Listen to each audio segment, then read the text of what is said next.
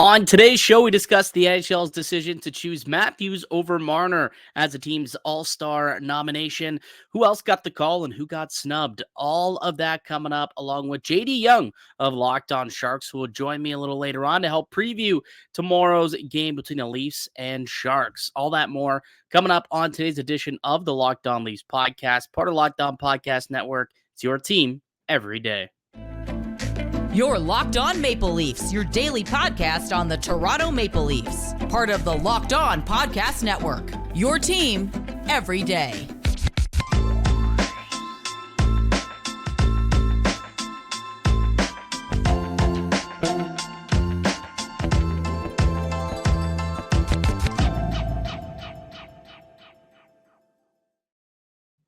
Hello and welcome into the Locked On Leafs podcast, a daily Maple Leaf-centric podcast hosted by myself, Mike DiStefano, and my co-host, Dave Morisuti, who's typically with me, but he's out on vacation for the remainder of the week. He'll be back on Monday. So if you're wondering, where's Dave at? All week, he is sailing the seven seas out in the Caribbean, but he returns to us on Monday. Today's episode is brought to you by Sleeper. Download the Sleeper app and use the promo code LOCKEDONNHL to get up to a $100 match on your first deposit. Terms and conditions apply. See Sleeper's terms of use for details. All right, we got our answer. On yesterday's podcast, we pondered who would the NHL go with? Auston Matthews, the team's leading goal scorer, the league's leading goal scorer with 30 through 35 games, or a player who most Toronto fans would argue has been the more consistent player, the better player, the team's MVP to this point in the season. We got our answer. The NHL All-Star nominations have now been announced. All 32 teams have at least one representative, and Auston Matthews got the call for the Maple Leafs. I mean, whether or not you think that's the right call, you can let me know down in the comment section below. But when you think about it, and I said this on yesterday's pod for those who are, everydayers, you'll recall this from yesterday. It will be really tough for the NHL to leave out their top goal scorer, a guy who they want to market this game around, leave him out of the All-Star game that's taking place in Toronto. Like, this guy's the king of Toronto. Like, let's be honest. He's the one who signed long-term. He's their goal scorer. He's, won an MVP, won, the player of the year. You know what I mean? Like, multi-time Rocket trophy winner. He is the guy that the NHL wants to be there. Sorry about that. He's the guy that the NHL wants to be there for sure. There's no doubt in my mind that William Nylander also deserves to be there and ultimately will get nominated and will get the fan vote to get in there. And that's partly on all y'all listening and watching this show to make sure he gets there. But look, he deserves to be there, and I think that it'll happen. Like, you look at the guy's numbers this year, he's got 19 goals, 31 points, or 31 assists for 51 points in just 36 games. The guy's tied for fourth in the NHL in league scoring. He's got points in 31 of 35 games. He's been the most consistent player for the Maple Leafs. So, I think a lot of people in Toronto, I don't know if you're necessarily surprised to see Matthews get the nod over Nylander. It makes sense when you break it down, but this guy deserves to be at the All-Star game. And I bet your ass that Leafs Nation will be out there in droves. They'll start voting for this guy online because there's going to be 12 additional voted in players who will get to go. And I would imagine Nylander will be one of them. Maybe you could, Marner, you could make a case that he should be there as one of the top All-Stars of this league. And maybe even, Morgan Rielly, who I think is a good player. And he's had a really good season. So, and it'd be great to get as many Leafs there as possible, given that it's in the city of Toronto. He's the longest tenured Maple Leaf. It'd be awesome for him to make the All-Star game and get voted in. So it's up to the Leafs, it's up to Leafs Nation now to see how many guys they can really get in there. But interestingly, the league decided to go with Auston Matthews over William Nylander, also named to the All-Star. We'll kind of go through the list of guys that were named to the All-Star. And again, it's one per team, which I still think is just so goofy. It's ridiculous. It's the NHL. You're trying to market the game and show it off as an all-star game by not having all of your stars there. Makes zero sense. Like, let's be honest. Tom Wilson being there over, say, William Nylander makes 0 sense whatsoever. Tom Wilson's not even the best player on his team. That's a conversation for later. I think we're going to get into who got snubbed and maybe who should have made it when we're joined by JD Young, who's going to join me, Locked On Sharks host. We're going to do a preview for tonight's or tomorrow night's Leafs and Sharks game, and I want to get his thoughts too on his snubs and surprises maybe from the All-Star selections. But that being said, I'll go through them and let you guys know who made who for which team. Again, one per team. And starting off with the Carolina Hurricanes, Sebastian Aho got the nod there. Makes a lot of sense. Matt Barzal got the nod on the island. I personally would have given it to Noah Dobson, but Matt Barzal, I guess, isn't a terrible selection. Sidney Crosby having an unbelievable season once again. He's so consistent. It's Sid being Sid. Makes complete sense that he got the nomination for Pittsburgh, and hopefully he does come too. It's gonna be in Canada, in Toronto, so hopefully he's around. Rasmus Dahlin gets the nomination from the Buffalo Sabres. Alex DeBrincat gets the nomination for the Detroit Red Wings. Jack Hughes makes a ton of sense. He's going for the New Jersey Devils, the representative for the Columbus Blue Jackets. Another one of these names where it's like, oh, we got to come up with someone. So they're sending Boone Jenner, who, again, Canadian guy. So he gets to be represented. I can't remember if he might be GTA player, if I recall. But regardless, Boone Jenner gets to play here. He gets the call for Columbus. Whether he deserves it or not, if he should be considered an all-star, whatever, is what it is. Travis Konechny, who is having a pretty good year out in Philadelphia. One of the surprise teams, I would say, in the NHL this year. They've got Nikita Kucherov getting the nod for the Tampa Bay Lightning. That makes the most sense. He's right now probably one of the front runners for the MVP. He's leading the league in points. He could win an Art Ross.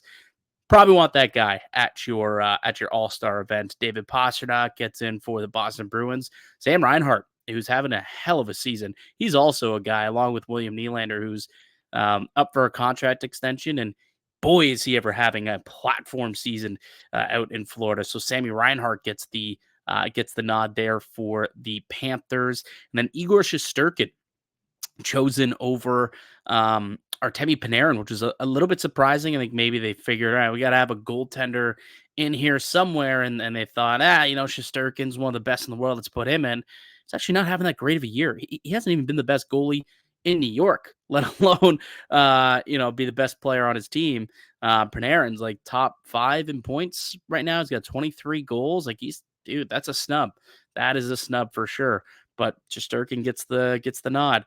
Nick Suzuki goes for the Habs out in Montreal. Brady Tkachuk is the choice for the Ottawa Senators. And then Tom Wilson is the guy who's going for the Capitals. And again, like Tom Wilson, this is the one that probably bugs me the most, to be quite honest with you. Like if you look at the year that he's having, it's not even good. Like he's just not having a good season whatsoever. He's 4th in the team in scoring. He's got like 18 or 19 points, so he's not even like he's putting up points. He's not even first in the team for goals either. That would be Dylan Strome. And like you look at like who else they could have picked. I mean, guys, Alex Ovechkin would have been a quality selection here. He is one of your stars. I know he's having a down year, but it's Alex Ovechkin. What's an all-star game without Ovi, honestly? So that one was a bit surprising. You figure, a team where you look at them and you say, there's not really anyone who's deserving that stands out as an all-star. You would think Ovi, tie goes to Ovi. The fact that it went to Tom Wilson is very surprising to me. I get he's from Toronto, and maybe that had something to do with it, but so's Dylan Strome, and he's having arguably a better year than Tom Wilson. So that one didn't make a whole lot of sense. But anyways, it is what it is. But yeah, so those are the guys out east. Out west, I'll go through them a little bit quicker. Connor Bedard for Chicago, Oliver Bjorkstrand for the Kraken, Jack Eichel for the Golden Knights, Philly Forsberg gets the nod for the Nashville Predators, Connor Hellebuck for the Jets, Tomas Hertl, we'll get JD's thoughts on that in just a moment, for the San Jose Sharks. Quinn Hughes gets the nomination for the Vancouver Canucks. So both the Hughes brothers will be out there. It'll be interesting to see if they can end up getting the Hughes brothers on the same team for once. I think that'd be awesome to watch Quinn and Jack play against each other, or play with each other, rather. That would be super, super cool. Kirill Kaprizov gets the nomination for the Minnesota Wild, Clayton Keller in Arizona. The Flames go with Elias Lindholm. I was gonna say Pedersen, but Lindholm gets the nod there. Nathan McKinnon over Kel McCarr is the option in Colorado. Obviously, McDavid, no question about that one. Jake Ottinger gets the nod as the goaltender for the Dallas Stars. Cam Talbot, the goaltender for the LA Kings, which I thought was a bit of an interesting situation. I mean, yeah, Cam Talbot's having a great year, but many players are having a solid season out in LA. Like Anze Kopitar would have probably been a pretty good choice for those guys. But yeah, the league going with Cam Talbot. I guess they figured they need goalies there. And I think there was only one goaltender in the entire East. Yeah, Shesterkin was the only goalie selected in the East. So I guess that gives them 4 goaltenders, one per team. I guess that's probably what they did, and went with Cam Talbot. Robert Thomas gets the selection for St. Louis, and then Frankie Vatrano having a hell of a season. He gets the nomination for the Ducks. Scored on the Leafs last night. That's a team leading. What was that? His 18th goal of the year that he scored last night. So good for Vatrano to become an All-Star. Didn't see that one coming. Wasn't on my bingo board at the beginning of the year. I'll tell you that. There's a couple snubs, I think. There's a couple of guys who I would have preferred to see, who I thought were more deserving on a couple of these teams here. Why don't we come back, take a break? I'll be joined by JD Young of Locked On Sharks, and he'll kind of give me his thoughts on maybe who should have been, awarded those opportunities from his perspective. I'll give mine, he'll give his, and then we'll both kind of give our thoughts on the Leafs-Sharks game tomorrow. So all that more coming up on the other side. You're listening to the Locked On Leafs podcast, part of Locked On Podcast Network. It's your team every day. The NFL regular season is wrapping up, but there's still time to get in on the action with FanDuel, America's number one sportsbook right now. New customers can get $150 in bonus bets guaranteed when you place a $5 bet. That's $150 in bonus bets, win or lose. The app is so easy to use, and there are so many different ways to bet, like your live same-game parlays. You can find bets on the new Explore tab. You can make a parlay in the Parlay Hub. It's the best way to find the most important parlays going on the night. You can do over, unders, shot props, whichever you choose over on the FanDuel Sportsbook app. So visit FanDuel.com/lockedon and make your first bet a layup. FanDuel, it's the official partner of the Locked On Network.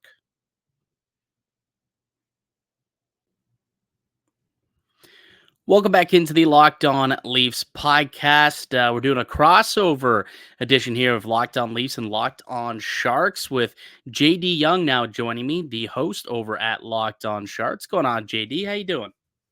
It's doing well. Well, no, the Sharks are terrible. Hang it in there. We'll just say hang it in there. Counting down the days towards the draft. So Yeah. The Leafs went through that too, and then all of a sudden you end up with an Auston Matthews, a Mitch Marner, a Nylander, and you come out on the other side and things are looking pretty good for the Maple Leafs now.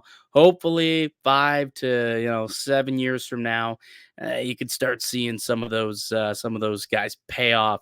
These tough years pay off down the stretch if you end up getting some good draft picks along the way. that's the hope. That's what keeps me going. Yeah, I mean that's what has to keep you going. Is today sucks. 5 years from now, hopefully it works out for the best.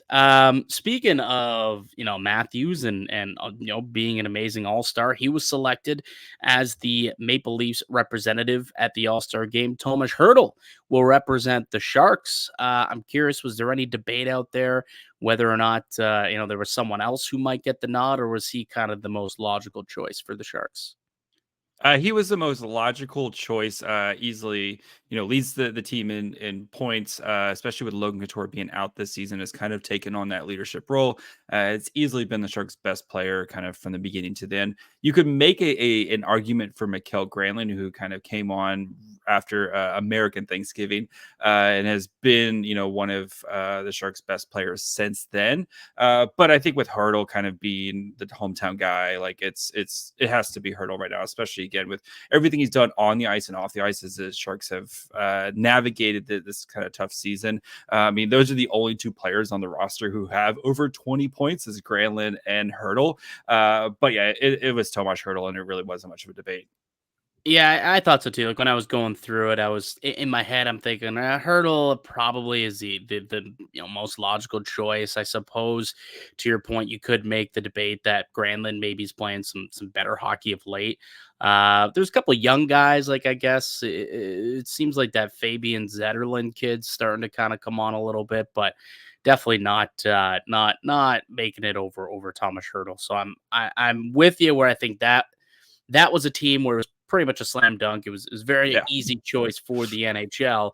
The Leafs, it wasn't as easy. Like you had two players, like Auston Matthews ends up getting the nod, but there's a lot of people in this market in Toronto that believe that, William Nylander has been the better player of the two. And that's saying something. Like Matthews has 30 goals this season, leads the NHL, but Nylander might be the team's MVP at this point in the year, which again, is probably crazy to hear if you're sitting in San Jose and haven't been tracking this team, that, there's another guy who stood above Auston Matthews. But Matthews did get the nod for Toronto. And hey, who knows? I think it's probable that Nylander will get himself there. There's the fan vote for the additional 12 spots. So I'm not kind of worried about that. No, he will be there. Yeah, like I would be shocked if he's not there. Especially, I mean, it's not like Toronto's some tiny market where you're not going to get the fan vote to, especially with it being in Toronto. It's interesting. We have actually, you guys are hosting the NHL All-Star. San Jose is hosting the AHL All-Star. So it's kind of a night. We get the All-Star collaboration here. So yeah, it's gonna be where the weekend after. But yeah, Nylander will be there, and I get it, but I think with Matthews, of course, like which we're going to talk about the skills competition. You wonder if Matthews might be, might have a little bit of an edge with some of the potential skill stuff. If they're trying to, galaxy brain this and for him to try to win that $1 million. Well, I don't know if it's galaxy braining. I think if you're the NHL, how difficult would that have been to keep your leading goal scorer, out of these selections, and one of the faces of the NHL, like face of the NHL, you're trying to market him as great as States, like as great as Nylander is, like most people know Auston Matthews, like he's been on Shell, like it's Auston Matthews is just a more marketable star, and that makes sense, right? But yeah, it's we're kind of split hairs. They're both going to be there. It's not an issue. So. Yeah, completely agree. Outside of our two clubs, though, Toronto and San Jose, were there any surprises to you? Anything jump out to you as a surprise player who got named, or any major snubs? I think one of the surprise, I was talking to our good friend Jay over at Locked On Blue Jackets, and Boone Jenner getting selected. He's not even he hasn't played. He's got a broken jaw. He's I know they don't really have any, but I think this would have been a perfect time for Adam Fantilli, who's going to be one of your next superstars in the and he's had a pretty solid rookie season. Like, get that train going. And we know the NHL, continually kind of shoots itself in the foot when it comes to marketing stuff. But that seemed like especially with Boone Jenner being out and not even going to be able to play, sending Adam Fantilli, who is deserved on that team, get that marketing going. Let's start kind of building up the how great this 2023 rookie class is with Leo Carlson, Adam Fantilli, and then of course Connor Bedard. Like, start getting that going. Yeah, I'm with you. I kind of gave my thoughts a little bit earlier on the show, talking about some players really briefly who I thought were questionable. And Boone Jenner was one of those guys. I mean, let's be honest. I don't know where you sit on this, but I still think it's very gimmicky and goofy that every team has to be there. Like, if no player is good enough on the Blue Jackets, they just shouldn't have a representative. And no disrespect to your Sharks, but it's kind of a similar thing. Like, I don't like, Yeah. okay, they had to pick someone, so they're like, well, we'll just send Hurdle. But I think there are many other players who are more worthy than Hurdle and then Boone Jenner and, a couple other players. Like Tom Wilson was a guy for me. I looked at that Tom Wilson, him getting added to this group, and I'm thinking to myself, I don't even know if Tom Wilson would be a top 3 guy for me on the Caps. How did he end up getting the nomination? Like, and I thought, is he having a good year? And I haven't noticed. I went and I looked. He's like 4th in team scoring, so it's not even like he's leading the way quietly. He's not leading in goals. And, then I thought, oh, maybe it's the Toronto angle, like he's a GTA guy. And then I thought to myself, but so's Dylan Strome. And Dylan Strome's having a better year than Tom Wilson. So that one to me was probably the one where I look at and I really scratch my head over that one. I think with that too, it's like, even though Ovechkin's having a terrible season, I think he should still just get the legacy pick, right? Just keep sending Ovechkin because Ovechkin's awesome. Like, yes, 100%. 100%. Again, it's the marketing of the Stars. And Tom Wilson, it's like that Tom Wilson's going. I think he's hated by every franchise other than Caps fan. Like, he is just again, NHL doing what again. So yeah, that one was one that I thought was odd. Another one that, not that it was odd, but where I think that you use the word snub. I think Noah Dobson was snubbed from a selection in New York over the Islanders. Like Matthew Barzal, he got the nod. He's got 10 goals, 27 assists for 37 points. But look at Noah Dobson quietly having a terrific season: 6 goals, 30 points. Or 30 assists for 36 points. There's only 1 point shy of Barzal. And if you look at what he's been able to do on the island, like, this guy's winning a lot of shifts. This guy's doing some terrific things out there. I thought that probably would have been an option for them to get another defenseman in there, because only one defender actually was chosen in the Eastern Conference, funny enough. So I thought Noah Dobson could have been a no-brainer to get at least a second guy from the East out there. To me, he's probably more worthy over Matt Barzal. So I think Noah Dobson is one of the bigger snubs out there for myself. What about you? I mean, when it comes to stuff, because it's having to play this, like, representative for you look at a team like New Jersey, who I know hasn't had a success you would expect from them. But like, they have so many great players. I know Jack Hughes is going to be going, but like, you look at, like a guy like Spratt who could go, or even looking at like a former Shark like Erik Karlsson, who I know he's had a little bit of an up and down season with the Penguins, but still Erik Karlsson's pretty awesome. Chris Letang, who's having a great year as well. Like, I'm sure both those guys, one or both of those guys, could potentially get in as well. But yeah, especially on the East, where you only have one defenseman so far, and then you're going to be kind of leaving up to the fan vote to try to get in a bunch of defensemen, or you can just be like me and defense is for nerds and just play a bunch of forwards. So yeah, I mean, that could be the case. If it's an all-star game, that's all. It's an all-star game. Who cares? Anyway, it would make sense to do that. I think there was a team last year, if I'm not mistaken, that didn't have a defenseman. Like, legitimately, they didn't vote one in, they didn't choose one, and they had to play, like, all 9 skaters were forwards. So I guess might be a similar situation this year. So if you want to make an all-star game, kids, don't play the blue line. Play forward. That's ultimately what people are doing. Play forward. Again, defense is for nerds. Go score a bunch of goals. That's it. That's right. I will say this, though. Like, having 2 of the league's top 5 scorers be snubs in Nylander and Panarin also is an interesting choice. Ultimately, I think they'll both get there. Don't get me wrong. Yeah. But it's just kind of funny when you look at it that way. All right, let's take a quick break here, JD. Let's come back and let's get into tomorrow night's matchup. Got the Leafs taking on San Jose down in the Shark Tank. So we will preview that game when we return. But first, I'll tell you all about one of today's show sponsors, and it's our friends over at Sleeper. It's almost halfway. It's almost the halfway point in the season, folks. Regardless of where we are in the current standings, I want to remind you that you can win big by playing daily fantasy hockey on Sleeper. It's the official daily fantasy app of the Locked On NHL Network. Sleeper is our number one choice for daily fantasy sports, and especially daily fantasy hockey. Because with Sleeper, you can win 100 times your cash in daily fantasy hockey contests. All you have to do is pick whether studs like Matthews or McDavid or Crosby Tomas Hertl, perhaps, will record more or less than their sleeper projections for things like goals, assists, saves, plus minus, and more in any given game. To win 100 times your bet on sleeper,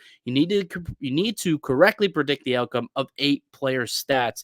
You heard me, Leaf fans. You can win 100 times your money by playing daily fantasy hockey with Sleeper. So start paying attention, nail your picks so you can start winning big. Use the promo code LOCKDOWNNHL and you'll get up to a $100 match on your first deposit. Terms and conditions apply. That's code LOCKDOWNNHL. See Sleeper's terms of use for details and locational availability.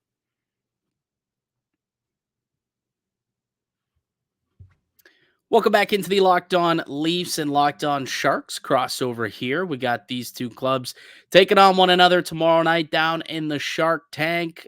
Toronto, so far 2-0 on their California trip. They'll be hoping to make it 3-0, make it a sweep down in California against the San Jose Sharks. But JD, who joins me, the host of the Locked On Sharks podcast, it's been a bit of a tough year for San Jose. I don't think anybody can say otherwise, but if I'm not mistaken, I mean, again, I've been watching from afar, just kind of been tracking it from afar, but it looks like the Sharks are at least playing some better hockey of late. So maybe a better test than what the Sharks were doing back in October when, they were getting blown out 10-0, 10-1. Probably shouldn't expect that if you're the Leaf fans, correct? Yeah, I mean, this team is, we are recording this before the Jets game on Thursday night, so the Sharks could be most likely, I'm assuming, going to be entering this game on a 10-game losing streak. So only one behind, matching the start of the season, but they are playing better hockey, and it's very much, you can tell by the team, it's just a frustrating because they do a lot of things right, but they just don't. They're so talent poor where they can't make up for any mistakes, and any mistakes just go catastrophic on them. And we saw that on Tuesday against the Red Wings, where it's just, like the game-winning goal goes off Kyle Burrow's foot into the goal. And it's like, just stuff like that happens to the Sharks all season. But it has been a very tough go for San Jose this year. One thing, though, is, the goaltending has actually been relatively good. If you look at the raw numbers, they don't look good, especially after, you kind of give up 10 goals and you're getting outworked most nights. But the goaltending combination of Capo Kakinen and Mackenzie Blackwood have been a bright spot this year, and have kept the Sharks in a lot more games than they're kind of used to, especially over the past couple of seasons when they've struggled to find goaltending, especially since our good friend Martin Jones turned to a pumpkin a few years ago and has now been kind of bouncing around the league. Hey, but revenge game tomorrow night, buddy. Revenge game, Martin Jones in San Jose. You wait for it. Oh, he's either going to have like a 40 save shutout, or he's going to get pulled in the second period. That there's no in between with Martin Jones. He's allowed 1 goal in the last 2 games. He shut out LA, and then he allowed 1 goal in an overtime win over Anaheim. We'll see what he can do on this whole California revenge trip against the Sharks tomorrow night. But yeah, I mean, I fully expect that with the Sharks, their big problem is the defense has tightened down. We've seen the scoring, the opposing scoring come down, but the offense has still struggled to produce goals. Coming out of the Christmas break, they've had 1 game where they've scored more than 2 goals this season, and that was against the very porous Red Wings defense earlier this week. But this team just struggles to consistently produce goals, and I think basically if the Leafs get to 3, this game is over. So what you're saying is, if you're a betting man over on FanDuel, under 2.5 goals for the home side might be a play. Is what you're getting at potentially. I would definitely go that way again, especially with the trends that the Sharks have had. Again, you've seen they've been doing a lot of things. You've seen a lot more consistent offensive pressure, especially compared to the beginning of the season where they would spend 50 minutes out of the game just stuck in their own zone. You've seen more consistent pressure, and especially with Granlund kind of starting to come around, like I said earlier, after American Thanksgiving, you've seen his play kind of elevate that second line. But again, it's just they can't take that next step to now, okay, putting the puck actually in the net. That's just a lot to ask for them. If it's not guys like Zetterlund or Hertl or Granlund, it's been tough to find goals. I'm curious as to, and we're chatting with JD Young, the host of the Locked On Sharks podcast. I'm curious to get your thoughts.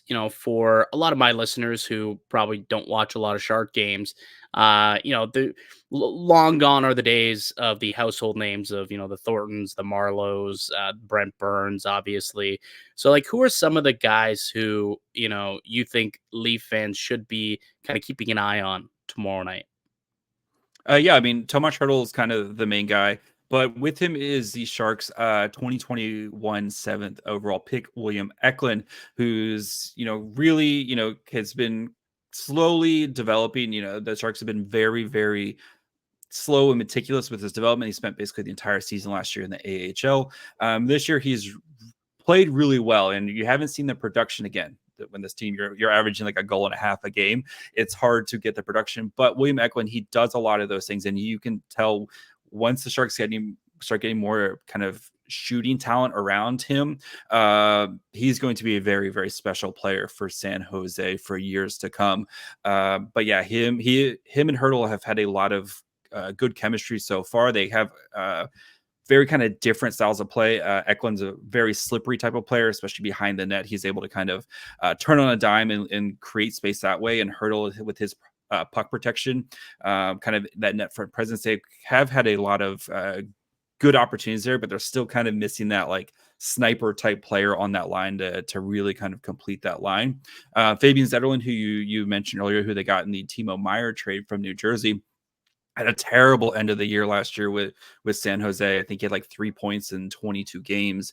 But this offseason, you could tell, I think, we don't talk about like when guys get traded, what that does to you kind of mentally. And you could tell that just going from a fun New Jersey team to the Sharks last season was a bit of a kind of a shakeup for him. And he's come into the season, has really found his game, and has been an awesome piece for San Jose. And he's been playing with Mikael Granlund for a good chunk. And he's, kind of that bulldog, I'm going to go straight to the net type of player. But he's been, double-digit goals for the Sharks this year. He could be a guy to look at as a potential, just keep an eye on guy for if you're, worried about a potential upset. So if Zetterlund gets hot, keep an eye on him.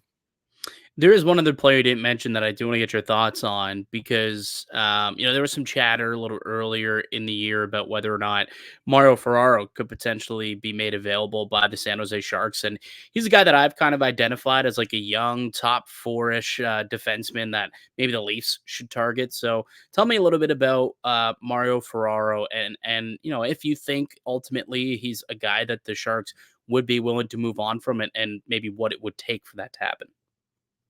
Yeah, I mean, Mario Ferraro, he's a very interesting player in San Jose because you kind of feel bad from where you saw, especially as a rookie, where like, okay, you can kind of see his development and stuff, but I think he got overused and kind of having to play above his weight a lot, especially playing with offensive defensemen like Erik Karlsson and Brent Burns, where he has kind of had to be the catch-all when they go do elite offensive things, and sometimes that doesn't work out, and he's been kind of having to be the guy to kind of take it, kind of carry the load, I'd say, defensively. Analytics, like if you dig into like the analytics, he's not that great, but he's definitely like an eye test, like block shots, great in the locker room, kind of that old man hockey man versus like the analytics way. He's very much a dividing factor, but a guy like Ferraro, I think, would be available for the right price. And what that price is, I mean, I think you're probably looking at a potential second or third round pick for a guy like Mario Ferraro, who still has 2 years left on his deal. It's at $3.25 million. So it's affordable-ish. I know that you guys are a little bit tight up there with the cap window, but he kind of does provide a lot of that grit, that kind of competitiveness. Like he never gives up on a shift. You see, like he is constantly moving, constantly doing stuff.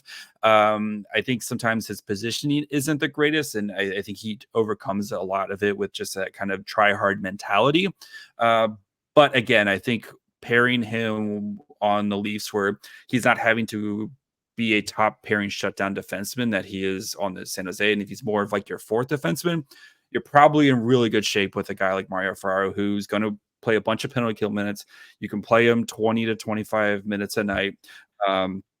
He's going to, like I said, he's going to kind of do everything and make all those sacrifices. He's one of the top shot blockers in the NHL, and the dude is tough. It looked like he had his shoulder separated by Nathan McKinnon this week, and he's out there the next game. Like it takes a lot to get Mario Ferraro off the ice. I mean, he blocked it last season, I believe. He blocked a shot, lost teeth, surgery.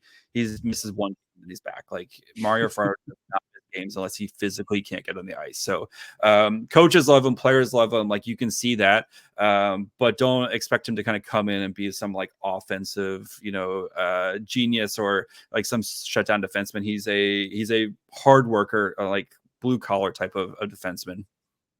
Yeah, I mean, I think he would be looked at as one of those guys, just like a hard to play against, hard nosed defenseman who can play on your second pair. I think that's what Toronto will be looking for out of him if they did bring him in. And maybe he could grow into something, grow into that shutdown role. But that's ideally what I think you would be looking for if you were the Leafs inquiring on a Mario Ferraro.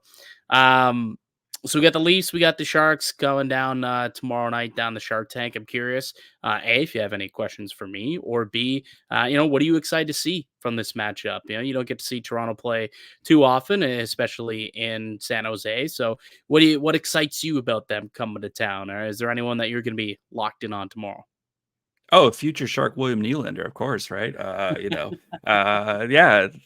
going to be the belle, the belle of the ball when it comes to free agency. I know that's a hot topic for you guys trying to figure out what to do with Nylander going forward. But no, I'm excited to watch real offense for once. It'll be interesting to see how the Sharks, what they can kind of learn. As you said, like the Sharks are in the early parts of their rebuild, and what happens when you start to kind of pair these guys. You have like a Will Smith coming eventually for San Jose, their first round pick from this year, hopefully a Macklin Celebrini in the future, like kind of seeing the blueprint of where the San Jose will be willing to go. But yeah, and it's gonna be fun too, because we get a very rare home and home where it's we play on Saturday and then Tuesday they're playing in Toronto. So it's you wonder if maybe if things get a little chippy at the end of Saturday night's game, then if that carries over to Tuesday type of situation. But I think this is going to be the Leafs are just more talented. I think this is going to be like a 5-1 victory for the Leafs. I do not expect this to be competitive for San Jose. I hope that's the case. Obviously, I'll tell you this though.